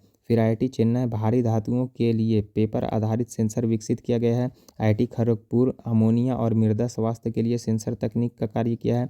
फिर है कि IIT वाराणसी निकेल और अन्य तत्वों के लिए सेंसर पर कार्य कर रहा है दोस्तों। तो नेक्स्ट बात करते हैं कि राष्ट्रीय साइबर सुरक्षा को बढ़ावा देने के लिए भारत द्वारा जून 2025 में शुरू किए गए साइबर अभ्यास का नाम क्या है दोस्तों? तो साइबर सुरक्षा है। राष्ट्रीय और साइबर सुरक्षा को बढ़ावा देने के लिए भारत द्वारा जून 2025 में शुरू किया गया साइबर अभ्यास तो साइबर सुरक्षा है, साइबर सुरक्षा, बस इतना याद रखिएगा। नेक्स्ट देख लेते हैं। नेक्स्ट है कि हाल ही में किस संगठन ने भारत में स्क्रैमजेट इंजन में एक मील का पत्थर हासिल किया है दोस्तों? तो डीआरडीओ ने। हाल ही में भारत के किस संगठन ने स्क्रैमजेट इंजन विकास में एक मील का पत्थर हासिल किया है? तो डीआरडीओ ने भारत में स्क्रैमजेट इंजन विकास में नई उपलब्धि हासिल किया है, जो कि डीआरडीओ ने बनाया है। और डीआरडीओ की स्थापना 1958 में हुआ है। चलिए नेक्स्ट बात करते हैं कि भारत का पहला स्वदेशी रूप से निर्मित एमआरआई स्कैनर कहाँ लॉन्च किया गया है? तो नई दिल्ली में। भारत का पहला स्वदेशी रूप से निर्मित एमआरआई स्कैनर कहाँ लॉन्च किया गया है? तो नई दिल्ली में किया गया है। चलिए नेक्स्ट पे बात कर लेते हैं कि सी डॉट द्वारा दूरसंचार और आईटी क्षेत्र में नवाचार को बढ़ावा देने के लिए शुरू किए गए इंक्यूबेशन कार्यक्रम का नाम क्या है दोस्तों? तो इसका नाम है समर्थ। सी डॉट द्वारा दूरसंचार और आईटी क्षेत्र में नवाचार को बढ़ावा देने के लिए शुरू किया गया इंक्यूबेशन कार्यक्रम का क्या नाम है दोस्तों? तो समर्थ नाम है। ये मोस्ट इम्पॉर्टेंट है दोस्तों। चलिए नेक्स्ट पे बात कर लेते हैं कि हाल ही में लॉन्च किया गया कि हाल ही में केंद्र सरकार द्वारा लॉन्च किया गया आधार गवर्नेंस पोर्टल का मुख्य उद्देश्य क्या है दोस्तों? तो बस यहाँ देख लीजिए कि आधार प्रमाणीकरण अनुरोधों के अनुमोदन और प्रक्रिया को सुव्यवस्थित करना। नेक्स्ट देख लेते हैं कि चिप डिजाइन के लिए NILIT उत्कृष्टता केंद्र का उद्घाटन कहाँ किया गया है दोस्तों? तो नोएडा में किया गया है। चिप डिजाइन के लिए NILIT उत्कृष्टता केंद्र का उद्घाटन कहाँ किया गया है? नोएडा में किया गया है। चलिए नेक्स्ट पे बात कर लेते हैं कि नेक्स्ट क्या है कि WHO के अनुसार कौन सा देश अफ्रीकी क्षेत्र में ओंकोरोसियासिस को ख़त्म करने वाला पहला देश बन गया है? तो नाइजर बन गया है। कौन बना है? तो नाइजीरिया बना है। नाइजर बना है। नाइजर बना है। WHO के अनुसार कौन सा देश अफ्रीकी क्षेत्र में ओंकोसेरियासिस को ख़त्म करने वाला पहला देश बन गया? तो नाइजर बन गया है। नेक्स्ट बात कर लेते हैं कि हाल ही में विश्व स्वास्थ्य संगठन ने किस देश को निद्रा रोग ह्यूमन अफ्रीकन ट्रिप्सोमिसियस से मुक्त घोषित किया है दोस्तों? तो ये किया है केनिया को। तो हाल ही में WHO ने किस देश को निद्रा मुक्त घोषित किया है दोस्तों? केनिया को घोषित किया है। नेक्स्ट बात कर लेते हैं कि किस भारतीय राज्य ने 2025 में एक दुर्लभ दिमाग खाने वाला अमीबा के कारण होने वाले संक्रमण के कारण 19 मौतों की सूचना मिली है दोस्तों? तो केरल में दिमाग खाने वाला अमीबा का पता चला है दोस्तों। नेक्स्ट है कि नवजात शिशुओं के लिए स्वीकृत दुनिया की पहली मलेरिया दवा का नाम क्या है? तो कॉर्टेम है। नवजात शिशुओं द्वारा स्वीकृत दुनिया का पहली मलेरिया दवा का नाम क्या है दोस्तों? तो कॉर्टेम है, इतना याद रखिएगा। चलिए देख लेते हैं कि भारत का पहला स्वदेशी स्वचालित बायोमेडिकल अपशिष्ट उपचार संयंत्र सृजनम किसने लॉन्च किया दोस्तों? तो डॉक्टर जितेंद्र सिंह। तो भारत का पहला स्वदेशी स्वचालित, तो पूछेगा कि भारत का पहला स्वदेशी स्वचालित बायोमेडिकल अपशिष्ट का नाम क्या है? तो सृजनम है। और किसने लॉन्च किया है? तो जितेंद्र सिंह लॉन्च किया है। चलिए नेक्स्ट पे बात कर लेते हैं कि नेक्स्ट क्या है दोस्तों कि किस देश के शोधकर्ताओं ने IVF के माध्यम से दुनिया का पहला कंगारू भ्रूण सफलतापूर्वक बनाया? तो ऑस्ट्रेलिया को लैंड ऑफ कंगारू भी कहा जाता है। चलिए नेक्स्ट पे बात कर लेते हैं दोस्तों कि भारत में पहली बार जीनोम संपादित चावल की किस्म का अनावरण किया गया है, जिसका नाम क्या है? तो DRR चावल 100 कमला। तो देख लेते हैं। चलिए नेक्स्ट पे बात कर लेते हैं कि विस्तार परियोजना का मुख्य लक्ष्य किस क्षेत्र पर है दोस्तों? तो कृषि और संबंध क्षेत्र पर है। विस्तार योजना का प्रमुख लक्ष्य किस पर है दोस्तों? तो कृषि और संबंध क्षेत्र पर है। तो IIT मद्रास और कृषि मंत्रालय ने साथ मिलकर कृषि को सशक्त बनाने की प्रणाली विस्तार की घोषणा की है। तो किसने किया? IIT मद्रास और कृषि मंत्रालय ने किसानों को सशक्त बनाने के लिए किया गया विस्तार। फिर पूछता है कि भारत का पहला पशु स्टेम सेल बायो बैंक और प्रयोगशाला कहाँ खोला गया? तो हैदराबाद में। भारत का पहला पशु स्टेम सेल बायो बैंक और प्रयोगशाला कहाँ खोला गया है? तो हैदराबाद में खोला गया है। चलिए नेक्स्ट बात कर लेते हैं कि खबरों में शैक्षणिक संस्थान। तो खबरों में देख लेते हैं कि विभिन्न शैक्षणिक संस्थान है कि विक्टोरिया यूनिवर्सिटी का पहला इंडिया कैंपस कहाँ खोला जाएगा? तो गुरुग्राम में खोला जाएगा विक्टोरिया यूनिवर्सिटी। जो विक्टोरिया यूनिवर्सिटी कहाँ का है दोस्तों? तो ऑस्ट्रेलिया का, याद रखिएगा। और इसका पहला कैंपस कहाँ खोला जाएगा? तो गुरुग्राम हैदराबाद में खोला जाएगा। भारत का पहला आर्टिफिशियल इंटेलिजेंस विश्वविद्यालय किस राज्य में खोला जाएगा दोस्तों? तो महाराष्ट्र में। और AI स्कूल कहाँ खोला गया था दोस्तों? तो केरल में। और AI आंगनबाड़ी कहाँ खोला जा रहा है? तो ये भी महाराष्ट्र में खोला जा रहा है। नेक्स्ट पे बात कर लेते हैं कि 2025 में IIM अहमदाबाद का पहला अंतर्राष्ट्रीय परिसर कहाँ खोला जाएगा दोस्तों। तो ये मोस्ट इंपॉर्टेंट है, दुबई में। 2025 में IIM अहमदाबाद का पहला अंतर्राष्ट्रीय कैंपस कहाँ खोला जाएगा, दुबई में खोला जाएगा। नेक्स्ट बात कर लेते हैं कि भारत का पहला योग आयुर्वेद क्लस्टर सेंटर कौन सा विश्वविद्यालय बन गया है दोस्तों। तो ये हो जाएगा पतंजलि विश्वविद्यालय हरिद्वार उत्तराखंड में। तो कभी कभी पूछेगा पतंजलि विश्वविद्यालय कहाँ, तो हरिद्वार उत्तराखंड में। नेक्स्ट बात कर लेते हैं कि योजना से देख लेते हैं कि मुख्यमंत्री एकल महिला स्वराज योजना किस सरकार द्वारा शुरू किया गया है। मुख्यमंत्री एकल महिला स्वराज योजना तो उत्तराखंड द्वारा। मुख्यमंत्री एकल महिला स्वराज योजना किसने शुरू किया है, तो उत्तराखंड द्वारा शुरू किया गया है। नेक्स्ट देख लेते हैं कि कुछ योजना है उसको देख लीजिए कि राजीव गांधी वन संवर्धन योजना। तो राजीव गांधी वन संवर्धन योजना वहाँ होगा जहाँ कांग्रेस का सरकार होगा, या तो तेलंगाना में या हिमाचल प्रदेश में। तो देख लेते हैं कि राजीव गांधी वन संवर्धन योजना कहाँ, तो हिमाचल प्रदेश में। फिर है कि इंदिरा सौरागिरी जल विकासम योजना, ये भी तेलंगाना में। इंदिरा राजीव गांधी जो कि कांग्रेस से मिलता जुलता रहेगा, या तो तेलंगाना या तो हिमाचल प्रदेश में होगा। तो फिर से देख लेते हैं कि इंदिरा गांधी सौरागिरी जल विकासम योजना तेलंगाना में हुआ है। राजीव युवा विकासम योजना तेलंगाना में स्टार्ट हुआ है। फिर है कि पंडित लक्ष्मी चंद कलाकार सामाजिक सम्मान योजना हरियाणा में। पंडित लक्ष्मी चंद कलाकार सामाजिक सम्मान योजना कहाँ स्टार्ट हुआ है, तो हरियाणा में हुआ है। चलिए नेक्स्ट पे देख लेते हैं दोस्तों कि गवाह संरक्षण योजना हरियाणा में। गवाह संरक्षण योजना हरियाणा में। महिला समृद्धि योजना दिल्ली में। महिला समृद्धि योजना दिल्ली में स्टार्ट किया गया है। मुख्यमंत्री एकल महिला स्वराज योजना उत्तराखंड में। मुख्यमंत्री महिला एकल स्वराज योजना उत्तराखंड में स्टार्ट किया गया है। चलिए देख लेते हैं। तो इससे एक प्रश्न बना है कि किस राज्य सरकार ने 2025 में इंदिरा सौरागिरी जल विकासम योजना की शुरुआत की। तो जैसे बोले कि या तो हिमाचल प्रदेश या तमिलनाडु में होगा, तेलंगाना में होगा। तो इसका राइट आंसर तेलंगाना होगा। इंदिरा सौरागिरी जल विकासम योजना तेलंगाना में स्टार्ट किया गया है। नेक्स्ट पे बात कर लेते हैं दोस्तों कि शांति बिल 2025 के जरिए कौन सा बड़ा पॉलिसी बदलाव पेश किया गया है। तो इसका राइट आंसर हो जाएगा परमाणु ऊर्जा में निजी और विदेशी निवेश की अनुमति। परमाणु ऊर्जा में निजी और विदेशी निवेश की अनुमति दे दिया गया है दोस्तों। नेक्स्ट पे बात कर लेते हैं, कुछ और योजना देख लेते हैं कि शहीद माधो सिंह हाथ खर्च योजना। शहीद माधो सिंह हाथ खर्च योजना उड़ीसा में। शहीद माधो सिंह हाथ खर्च योजना उड़ीसा में।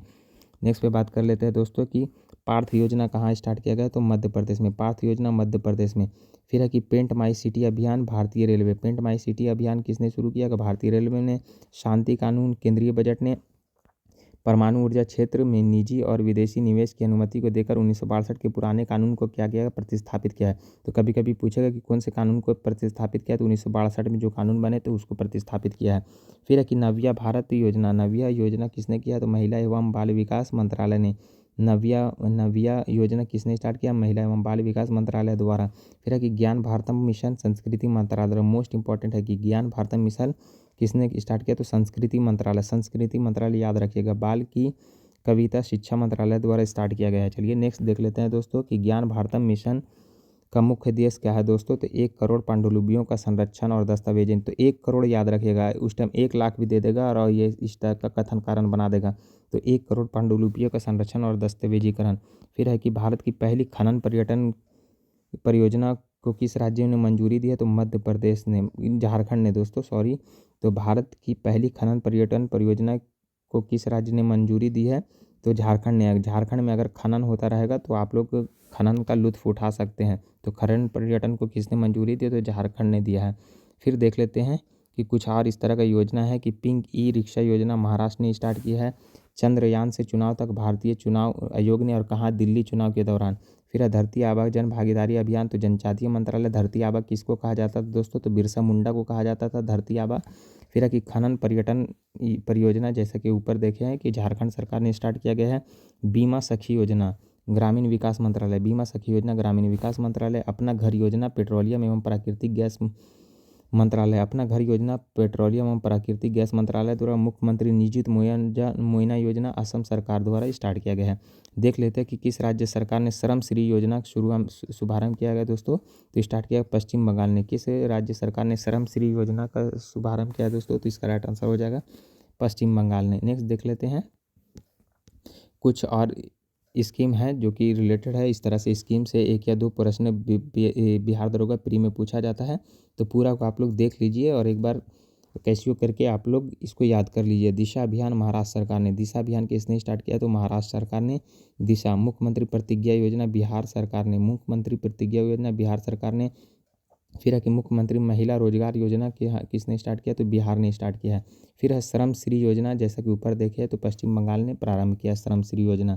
फिर है कि नेवर अलोन, नेवर अलोन क्या, एम्स दिल्ली ने छात्रों के मानसिक स्वास्थ्य व आत्महत्या को रोकथाम के लिए। फिर है अंगीकार 2025 अभियान आवास एवं शहरी मामलों के मंत्रालय द्वारा स्टार्ट किया गया है। माझे घर योजना गोवा सरकार द्वारा स्टार्ट किया गया है, मोस्ट इंपॉर्टेंट है। चलिए नेक्स्ट देख लेते हैं कि प्रधानमंत्री धन धान्य कृषि योजना किसने स्टार्ट किया, तो कृषि एवं किसान कल्याण मंत्रालय द्वारा। और ये 100 जिला में स्टार्ट किया गया और 6 वर्ष का ये कार्यक्रम रहेगा दोस्तों। आपकी पूजा आपके अधिकार है वित्त मंत्रालय द्वारा, आपकी पूजा आपका अधिकार वित्त मंत्रालय द्वारा। फिर है कि पीएम सेतु योजना किसने, कौशल विकास और उद्यमिता मंत्रालय, पीएम सेतु योजना कौशल विकास और उद्यमिता मंत्रालय द्वारा। फिर है सीएम फ्लैट योजना असम में, असम सरकार द्वारा स्टार्ट किया गया। फिर है देखिए प्रधानमंत्री धन धान्य कृषि योजना किसने शुरू किया है, तो जैसा कि आपने बताया कि प्रधानमंत्री द्वारा स्टार्ट किया गया है। और किस मंत्रालय द्वारा स्टार्ट किया गया है, तो देख लीजिए किस मंत्रालय द्वारा, तो कृषि किसान एवं परिवार कल्याण मंत्रालय द्वारा स्टार्ट किया गया है। चलिए नेक्स्ट पे बात कर लेते हैं कि नेक्स्ट क्या है। नेक्स्ट देख लेते हैं दोस्तों, प्रमुख निधन हो गया है, तो इसमें कुछ देख लीजिए कि खालिदा जिया, जो कि अभी हाल ही में चर्चा में रहा था, बांग्लादेश की पहली महिला प्रधानमंत्री कौन थी, तो खालिदा जिया थी। प्रोफेसर रामराजन भारत के कंप्यूटर शिक्षा विज्ञान थे। प्रोफेसर राजा रमन भारत के कंप्यूटर विज्ञान शिक्षा के पितामह। पद्म भूषण 1998 मिला है। फिर है वे स्पेस ओलंपिक हॉकी पदक विजेता 1972 में। फिर है कि चार्ली किर्क है डोनाल्ड ट्रंप के सहयोगी, तो ये मोस्ट इंपॉर्टेंट, आप इसको देख लीजिएगा। चलिए नेक्स्ट पे बात कर लेते हैं दोस्तों कि नेक्स्ट क्या है। कुछ और टॉपिक के देख लेते हैं यहाँ से। आर्थिक परिदृश्य देख लेते हैं कि आर्थिक परिदृश्य में किस तरह का प्रण बनते हैं दोस्तों। तो पहला है कि भारत जापान देश को पीछे छोड़कर क्या बन गया, दुनिया का चौथा सबसे बड़ी अर्थव्यवस्था बन गया है दोस्तों। भारत जापान को छोड़कर दुनिया की सबसे चौथी बड़ी अर्थव्यवस्था बना, तो किसको छोड़कर, तो जापान को छोड़कर। फिर है कि भारत का पहला यूनिकॉर्न में 2025 में कौन बना है दोस्तों, तो जसपे 2025 में भारत का पहला यूनिकॉर्न बना है दोस्तों। दुनिया का पहला राष्ट्रीय स्तर का crypto currency tourism payment system किसने लागू किया है, तो दोस्तों भूटान ने लागू किया है। फिर है कि भारत का विदेशी मुद्रा भंडार 700 अरब डॉलर के पार कर गया है दोस्तों।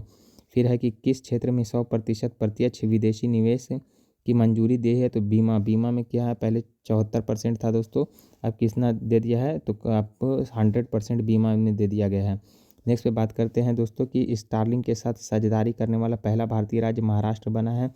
फिर मैक्सिको 2026 में भारत पर अधिकतम कितनी टैरिफ लगाने वाला है दोस्तों, तो 50%। भारत में टेस्ला का पहला all in one centre Gurugram, Bharat में टेस्ला का पहला all in one centre Gurugram में, और टेस्ला का भारत में पहला शोरूम कहाँ बनेगा, तो मुंबई में। तो दोनों अलग अलग प्रश्न हैं। पहला जो टेस्ला का पहला all in one centre Gurugram में, और टेस्ला में भारत का पहला शोरूम मुंबई में बनेगा। चलिए नेक्स्ट पे बात कर लेते हैं दोस्तों कि 750 बिलियन डॉलर की संपत्ति को पार करने वाला पहला व्यक्ति एलॉन मस्क है। 2025 में 27 साल की उम्र में दुनिया की सबसे कम उम्र का स्वनिर्मित अरबपति जिमी डोनाल्डसन है, जिसे मिस्टर बीट्स कहा जाता है। जिमी डोनाल्डसन मिस्टर बीट्स कहा जाता है। भारत के सबसे युवा अरबपति चेन्नई के प्रेक्सिलिटी एआई के साथ संपादक और सीईओ अरविंद श्रीनिवास है दोस्तों। फिर देख लेते हैं कि 2025 में भारत की सबसे अमीर महिला कौन घोषित की गई है, तो रोशनी नाडर मल्होत्रा। 2025 में भारत की सबसे अमीर महिला कौन घोषित हुई है, तो रोशनी नाडर मल्होत्रा ने हुआ है। वर्ष 2025 की सबसे ज़्यादा कमाई करने वाला एथलीट की सूची में कौन शीर्ष पर है, तो क्रिस्टियानो रोनाल्डो ने। फिर है कि 29 साल की उम्र में दुनिया की सबसे कम उम्र के सेल्फ मेड महिला अरबपति कौन बनी है, तो लुआनो लोपेस लारा सबसे कम उम्र की महिला बनी है दोस्तों।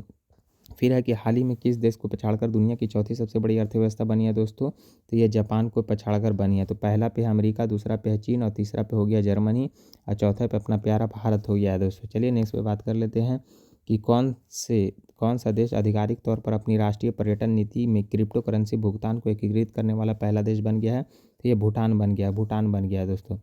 चलिए नेक्स्ट पे बात कर लेते हैं, नेक्स्ट क्या दिया हुआ है। नेक्स्ट में देखा हुआ है कि विश्व बैंक के अनुसार 2025-26 में वैश्विक अर्थव्यवस्था में 2.7 की दर से बढ़ेगी। मतलब विश्व बैंक के अनुसार विश्व के कुल मतलब जीडीपी कौन कितने देर से बढ़ेगी दोस्तों? 2.7% से। हाल ही में तिमाही जीडीपी का विकास दर, तो तिमाही का याद मत रखिए। नेक्स्ट पे बात कर लेते हैं कि अभी हाल ही में जो वृद्धि का अनुमान लगाया है तो कौन कौन लगाया, तो आरबीआई के तहत 7.3%, विश्व बैंक के तहत 6.5% भारत का वृद्धि होने वाला है। फिर यहाँ आईएमएफ के द्वारा 6.6% है, एशियाई विकास बैंक के तहत 7.2%। बाकी इसमें ये सब मत याद करिए। नेक्स्ट बात कर लेते हैं कि मार्च 2025 में किस कंपनी को नवरत्न का दर्जा मिला है दोस्तों? तो नवरत्न का दर्जा देख लेते हैं ए और सी को। तो ए को आईआरसीटीसी को, आईआरएफसी को, एचएएल को मिला है महारत्न का दर्जा। एचएएल को क्या मिला है? महारत्न का दर्जा, जो कि वर्तमान में 14 है। चलिए नेक्स्ट पे बात कर लेते हैं आर्थिक परिदृश्य में और क्या दिया हुआ है। तो यहाँ से देख लेते हैं कि 31 दिसंबर 2025 को भारत का 14वां महारत्न व 27वां 31 दिसंबर 2025 तक भारत में 14 महारत्न व 27 नवरत्न कंपनियां हैं। तो कितने नवरत्न हैं? तो एज इट इज़ पूछ देगा दोस्तों। तो 27 नवरत्न है और 14 महारत्न है। नवीनतम महारत्न है हाल, जो कि इसकी स्थापना 1940 में हुआ है और मुख्यालय बेंगलुरु में है दोस्तों। 25वीं Navratna Indian railway catering and food terrorism limited है दोस्तों। चलिए नेक्स्ट पे बात कर लेते हैं कि ये सब फिर वही है। 27वीं लास्ट याद रख लीजिएगा, जो 27वीं नवरत्न कंपनी है असम की नुमालीगढ़ रिफाइनरी है। चलिए नेक्स्ट पे बात कर लेते हैं कि मिनी रत्न भी वही है, आप याद नहीं कीजिए। देखते हैं कि इंडिगो संकट के बाद किस अथॉरिटी ने 3 भारतीय एयरलाइंस शुरू किया है दोस्तों? तो इसका राइट आंसर हो जाएगा नागरिक उड्डयन मंत्रालय। इंडिगो संकट के बाद किस अथॉरिटी ने 3 नए भारतीय एयरलाइंस शुरू किया दोस्तों? नागरिक उड्डयन मंत्रालय द्वारा शुरू किया गया है। देख लेते हैं नेक्स्ट पे क्या है। सितंबर 2025 में भारतीय रुपया पहली बार यूएस डॉलर के मुकाबले किस लेवल को पार किया है दोस्तों? तो 90 लेवल को, 90 से ऊपर चला गया है दोस्तों भारत का डॉलर, और रुपया धीरे धीरे गिरते जा रहा है। फिर है कि वर्ष 2025 की दूसरी तिमाही में भारत की विकास दर क्या रही है? तो 8.2%। बस इतना याद रखिएगा, इसको याद करने की ज़रूरत नहीं है। हाल ही में एप्पल का बाजार मूल्य पहली बार किस मील के पत्थर को पार किया गया दोस्तों? तो 4 ट्रिलियन डॉलर को, जो कि लगभग भारत की जीडीपी के बराबर है दोस्तों। नेक्स्ट पे बात कर लेते हैं कि भारत का एकीकृत भुगतान इंटरफेस यूपीआई हाल ही में किस देश ने लॉन्च किया दोस्तों? तो कतर ने यूपीआई को हाल ही में लॉन्च किया है। चलिए नेक्स्ट पे बात कर लेते हैं कि भारत ने 31 मार्च 2026 तक चांदी के आयात पर प्रतिबंध लगाया गया है। एयू स्मॉल फाइनेंस बैंक को यूनिवर्सल बैंक लाइसेंस के लिए आरबीआई की मंजूरी मिल गई है। NHI national highway authority of India ने 3000 रुपये के फास्टैग वार्षिक पास सुविधा कर दी है दोस्तों। कारगिल के खुबानी सऊदी अरब में पहली बार प्रदर्शित किया गया है। कारगिल के खुबानी को सऊदी अरब में पहली बार प्रदर्शित किया गया है। टेस्ला ने भारतीय बाजार में प्रवेश किया है। 60 लाख रुपये की कीमत वाले electric car model Y launch किया गया है। जीएसटी कलेक्शन 25 साल में दुगना होकर 22.08 लाख करोड़ के रिकॉर्ड हासिल किया है।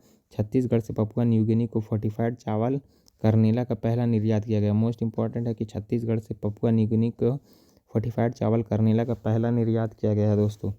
चलिए नेक्स्ट पे बात कर लेते हैं दोस्तों कि फिनो पेमेंट्स बैंक ने बंगाल में यूपीआई को बढ़ावा देने के लिए गति बचत खाता लॉन्च किया है दोस्तों। चुनिंदा देखिए ये सब मोस्ट इंपॉर्टेंट नहीं है। फिर वित्त मंत्रालय ने एक राज्य एक अरबपति योजना के तहत 26 क्षेत्रीय ग्रामीण बैंकों को स्टार्ट किया गया है। तो दोस्तों ये वीडियो यहीं तक है दोस्तों। तो अगर वीडियो अच्छा लगे तो प्लीज़ इसको लाइक कीजिए, सब्सक्राइब कीजिए और अपना फीडबैक ज़रूर दीजिए दोस्तों। धन्यवाद।